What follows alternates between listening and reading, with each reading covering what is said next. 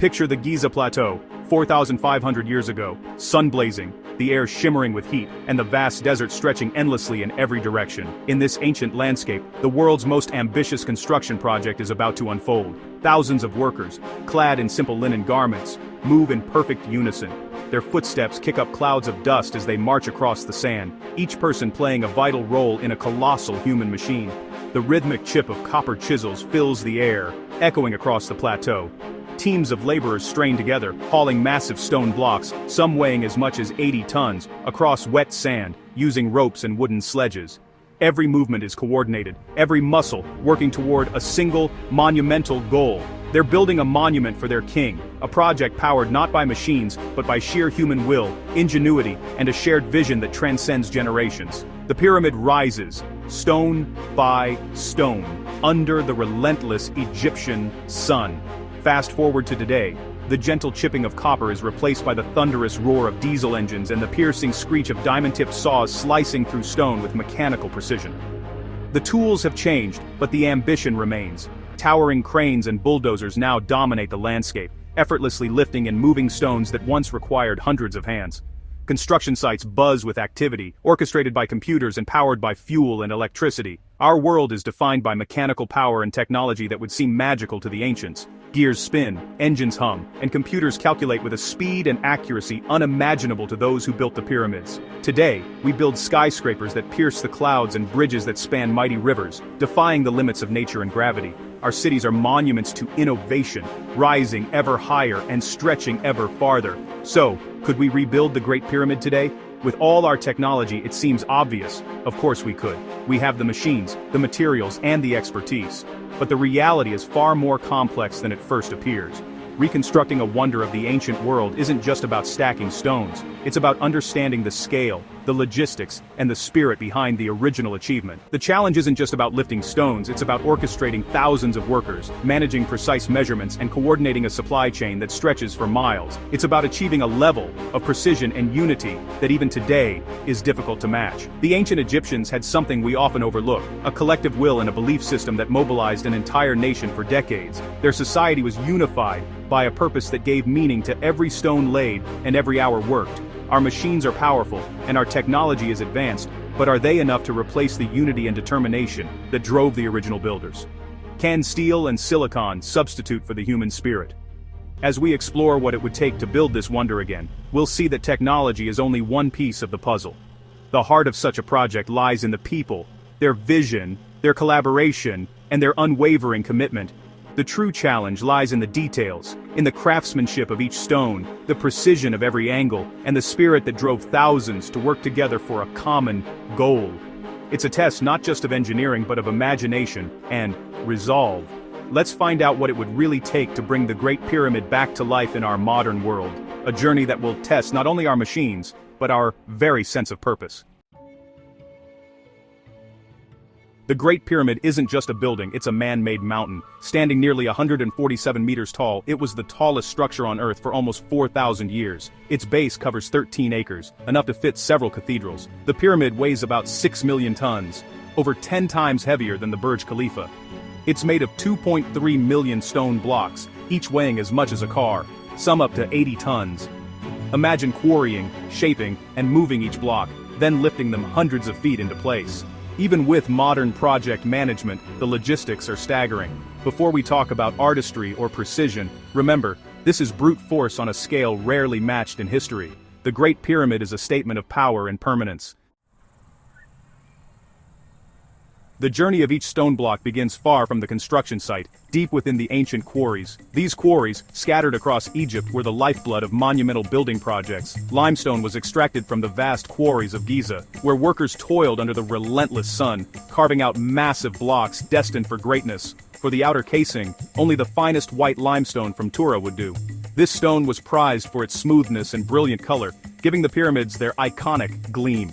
Teams of skilled laborers carefully selected and inspected each block, ensuring only the best made the cut. Meanwhile, the hardest and most durable granite came from Aswan, nearly 800 kilometers to the south. Transporting these immense blocks over such a distance was a feat in itself, requiring careful planning and coordination. In the modern era, we rely on powerful explosives and diamond-tipped saws to slice through stone with speed and precision. Yet, even with today's technology, producing millions of blocks to exact specifications remains a colossal industrial challenge, demanding advanced machinery and meticulous oversight. The ancient Egyptians, however, had no such luxuries. Armed only with copper chisels, stone hammers, and their own ingenuity, they devised clever techniques. Workers would carve deep grooves into the rock, insert wooden wedges, and soak them with water.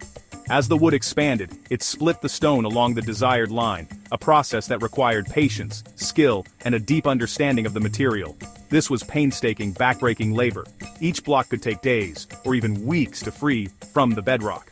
The workers needed not only physical endurance, but also a craftsman's eye, ensuring every cut was precise and every block met strict standards. Today, even with automated factories and conveyor belts, the scale of such an operation would be staggering. A non-stop production line would be essential, with teams working around the clock to keep up with demand. The logistics of maintaining such a system would require constant attention and vast resources. The wear and tear on cutting equipment would be relentless. Blades would dull, machines would break down, and a dedicated crew would be needed just to keep everything running smoothly. The cost and effort of maintenance alone would be enormous. Beyond cutting, managing the flow of millions of heavy stone blocks is a logistical puzzle. Each block must be tracked, stored, and moved with precision, ensuring nothing is lost or damaged along the way. The real challenge isn't just in cutting a single block, it's in creating a reliable, relentless supply chain that can deliver the right stones, at the right time, in the right order day after day. Every block must be measured, labeled, and prepared for its exact place in the construction puzzle. Precision is everything, as even a small error could disrupt the entire process. The sheer scale of preparation, thousands upon thousands of blocks, each with a specific role, is as daunting and impressive as the construction of the monument itself. Once cut, the blocks must be moved, another colossal challenge. The ancients used river barges and teams dragging sledges over lubricated sand. Today we'd use fleets of trucks, each carrying a few blocks at a time. Moving 2.3 million blocks would require hundreds of thousands of truck journeys.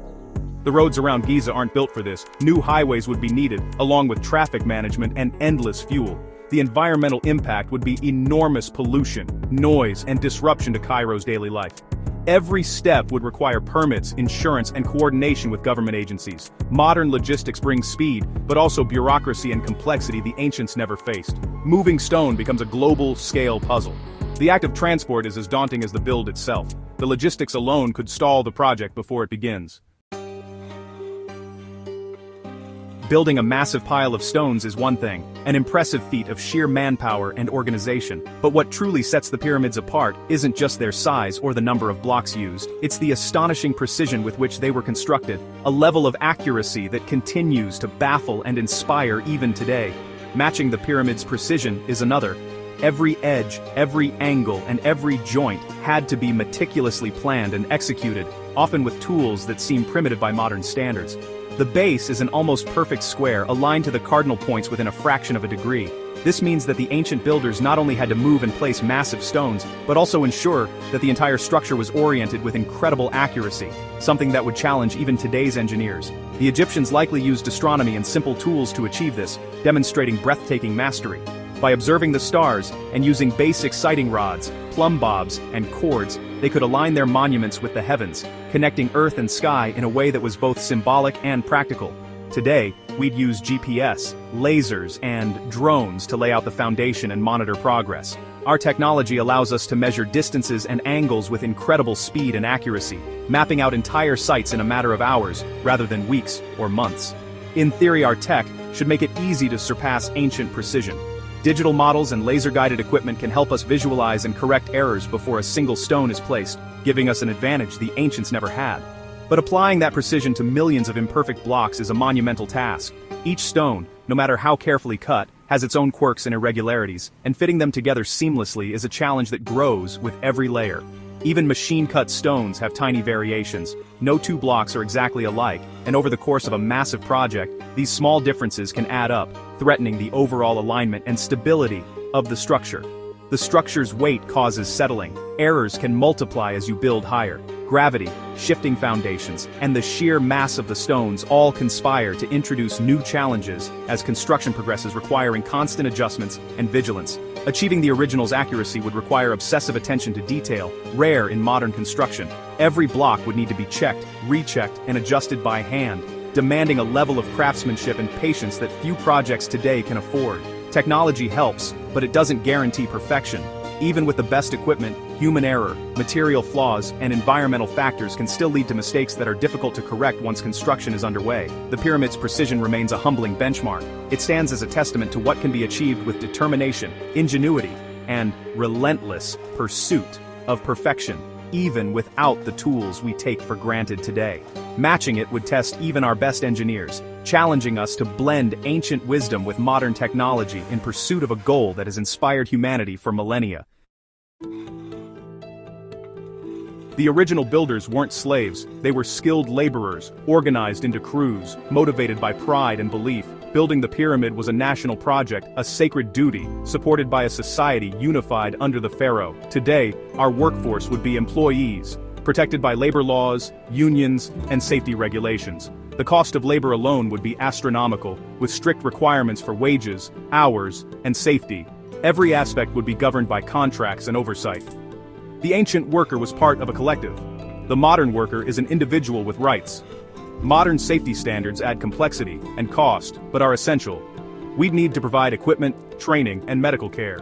The human cost, in financial and legal terms, would be one of the greatest hurdles. Mobilizing a workforce today is a challenge the ancients never faced. The pyramid's success was as much about organization as manpower. Ancient managers coordinated design, quarrying, supply chains, and labor. Without computers or modern communication, they broke the impossible into manageable steps, maintaining focus over decades. Today we'd use project management software, 3D models, and real-time data from drones and sensors.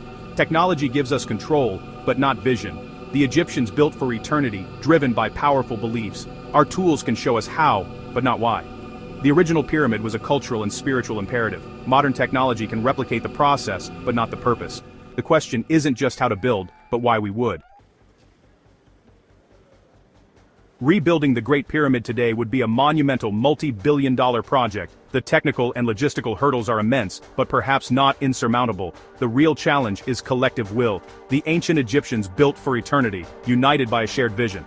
Our world is driven by short-term goals and instant results. Could we commit to a decades-long project with no immediate payoff? We have the tools, but do we have the motivation? The greatest obstacle may not be engineering, but the lack of a unifying purpose. The tools are in our hands, but the vision may be missing. Could we rebuild the Great Pyramid? Technically, yes, with enough money, will, and management, but would we capture its true meaning? The pyramid is more than stone. It's a cultural artifact, a product of its time and beliefs. Rebuilding it with machines would create a copy, but not the soul. The real lesson isn't how to build, but why. What monuments are we building for the future? The pyramid challenges us to consider our own grand projects and what we value as a civilization. It stands as a mirror, reflecting both the ancient world and our own potential.